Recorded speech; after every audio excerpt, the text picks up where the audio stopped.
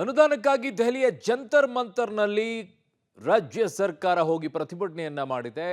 ಇಲ್ಲಿರುವಂತ ಶಾಸಕರನ್ನ, ಪರಿಷತ್ ಸದಸ್ಯರನ್ನ, ಒಬ್ಬರು ಲೋಕಸಭೆ ಸದಸ್ಯರನ್ನ, 5 ರಾಜ್ಯಸಭೆ ಸದಸ್ಯರನ್ನ ಕರೆದುಕೊಂಡು ಹೋಗಿ ಪ್ರತಿಭಟನೆಯನ್ನ ಮಾಡಿದ್ದಾರೆ. ಪಾಯಿಂಟ್ ಟು ಪಾಯಿಂಟ್ ಲೆಕ್ಕವನ್ನ ಸಿಎಂ ಸಿದ್ದರಾಮಯ್ಯನವರು ಕೊಟ್ಟಿದ್ದಾರೆ. 1,87,000 ಕೋಟಿ ನಷ್ಟವಾಗಿದೆ ಅಂತ ಮುಖ್ಯಮಂತ್ರಿಗಳು ಹೇಳಿರೋದು. ಜಿಎಸ್ಟಿ ಟ್ಯಾಕ್ಸ್ ವಿಚಾರದಲ್ಲಿ ರಾಜ್ಯಕ್ಕೆ ಮೋಸವಾಗಿದೆ. ರಾಜ್ಯಕ್ಕೆ ಅನುದಾನ ಕೇಳದ ಬಿಜೆಪಿಗರು ಕೋಲೆ ಬಸವರು ಅಂತ ಟೀಕೆಯನ್ನ ಮಾಡಿದ್ದಾರೆ. ಮೋದಿ ಎದುರು ಒಂದು ದಿನಕ್ಕೂ ಕೂಡ ಬಾಯಿ ಬಿಡಲಿಲ್ಲ, ಮಾತನಾಡಲಿಲ್ಲ. ಮಿಸ್ಟರ್ ಯಡಿಯೂರಪ್ಪ, ಬೊಮ್ಮಾಯಿ, ನಾವು ಅನುದಾನ ಕೇಳೋದು ತಪ್ಪ ಅಂತ ಬಿಜೆಪಿ ನಾಯಕರಿಗೆ ಸಿಎಂ ಸಿದ್ದರಾಮಯ್ಯನವರು ಖಾರವಾಗಿ ಪ್ರಶ್ನೆಯನ್ನ ಮಾಡಿದ್ದಾರೆ. ಅಬ್ಬರಿಸಿ ತಮ್ಮ ಮಾತಿನ ಮೂಲಕವಾಗಿ ಚಾಟಿಯನ್ನ ಬೀಸಿದ್ದಾರೆ. ಮಿಸ್ಟರ್ ಯಡಿಯೂರಪ್ಪ, ಬೊಮ್ಮಾಯಿ, ನಾವು ಅನುದಾನ ಕೇಳೋದು ತಪ್ಪ ಅಂತ ಕೇಳಿದ್ದಾರೆ. ಜೊತೆಗೆ ಬಿಜೆಪಿಗರನ್ನ ಕೋಲೆ ಬಸವರು ಅಂತ ಟೀಕೆ ಮಾಡಿದ್ದಾರೆ. See, as a matter of fact,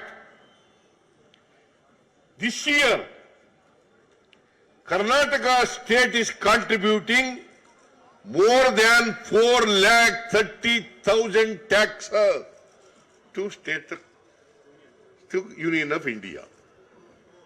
Esto? 4,30,000 crores. 4,30,000 crores. ಕರ್ನಾಟಕದಿಂದ ಕೇಂದ್ರ ಸರ್ಕಾರಕ್ಕೆ ತೆರಿಗೆ ನಾವು ಸಲ್ಲಿಸ್ತಕ್ಕಂಥದ್ದು. ಅಂದ್ರೆ ₹1 ಅಲ್ಲ, ₹100 ತೆರಿಗೆ ಕಲೆಕ್ಟ್ ಮಾಡಿದ್ರೆ ನಮಗೆ ಬರ್ತಕ್ಕಂಥದ್ದು 12ರಿಂದ 13 ರೂಪಾಯಿ. ಫಾಲೋ ಗೊತ್ತಾಯ್ತೇನ್ರಿ? ₹100 ನಾವು ಕಲೆಕ್ಟ್ ಮಾಡಿದ್ರೆ ಕೇಂದ್ರ ಸರ್ಕಾರಕ್ಕೆ ಕೊಟ್ರೆ ₹100 ನಮಗೂ ವಾಪಸ್ ಬರೋದು ಎಷ್ಟಪ್ಪ ಅಂದ್ರೆ 12ರಿಂದ 13 ರೂಪಾಯಿ.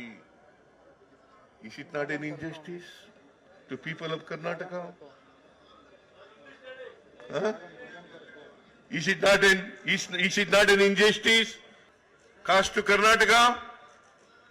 That is why we are agitating. Iga Papa. See, as a matter of fact,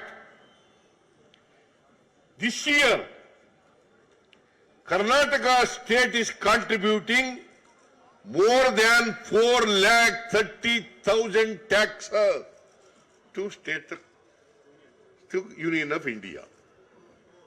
Esto? 4,30,000 crores. 4,30,000 crores.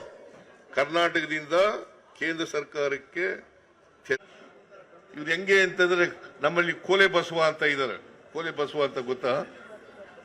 ಈ ಭಿಕ್ಷುಕರು ಬಸ್ ಒಂದು ಎತ್ತಿ ಹಿಡ್ಕೊಂಬಂತ ಬಸವನ ಹಿಡ್ಕೊಂಬರ್ತಾರೆ. ಅದು ತಲೆ ಕುಣಿಸುವಂದ್ರೆ ತಲೆ ಹಿಂಗ ಅನ್ಸುತ್ತೆ, ತಲೆ ಅಲ್ಲಾಡ್ಸೋದು ಹಿಂಗೆಲ್ಲ ಅನ್ಸುತ್ತೆ. ಹಂಗೆ ಇವರು ಬಿಜೆಪಿ ಎಂಪಿಗಳು ಹೆಂಗೆ ಅಂತಂದ್ರೆ, ನರೇಂದ್ರ ಮೋದಿ ಅವರು ಏನ್ ಹೇಳ್ತಾರೆ ಅದಕ್ಕೆ ತಲೆ ಕುಣಿಸೋದು, ಬೇಡ ಅಂತಂದ್ರೆ ತಲೆ ಅಲ್ಲಾಡ್ಸೋದು. ಇದು ಇವ್ರು ಮಾಡ್ತಾ ಇರೋದು.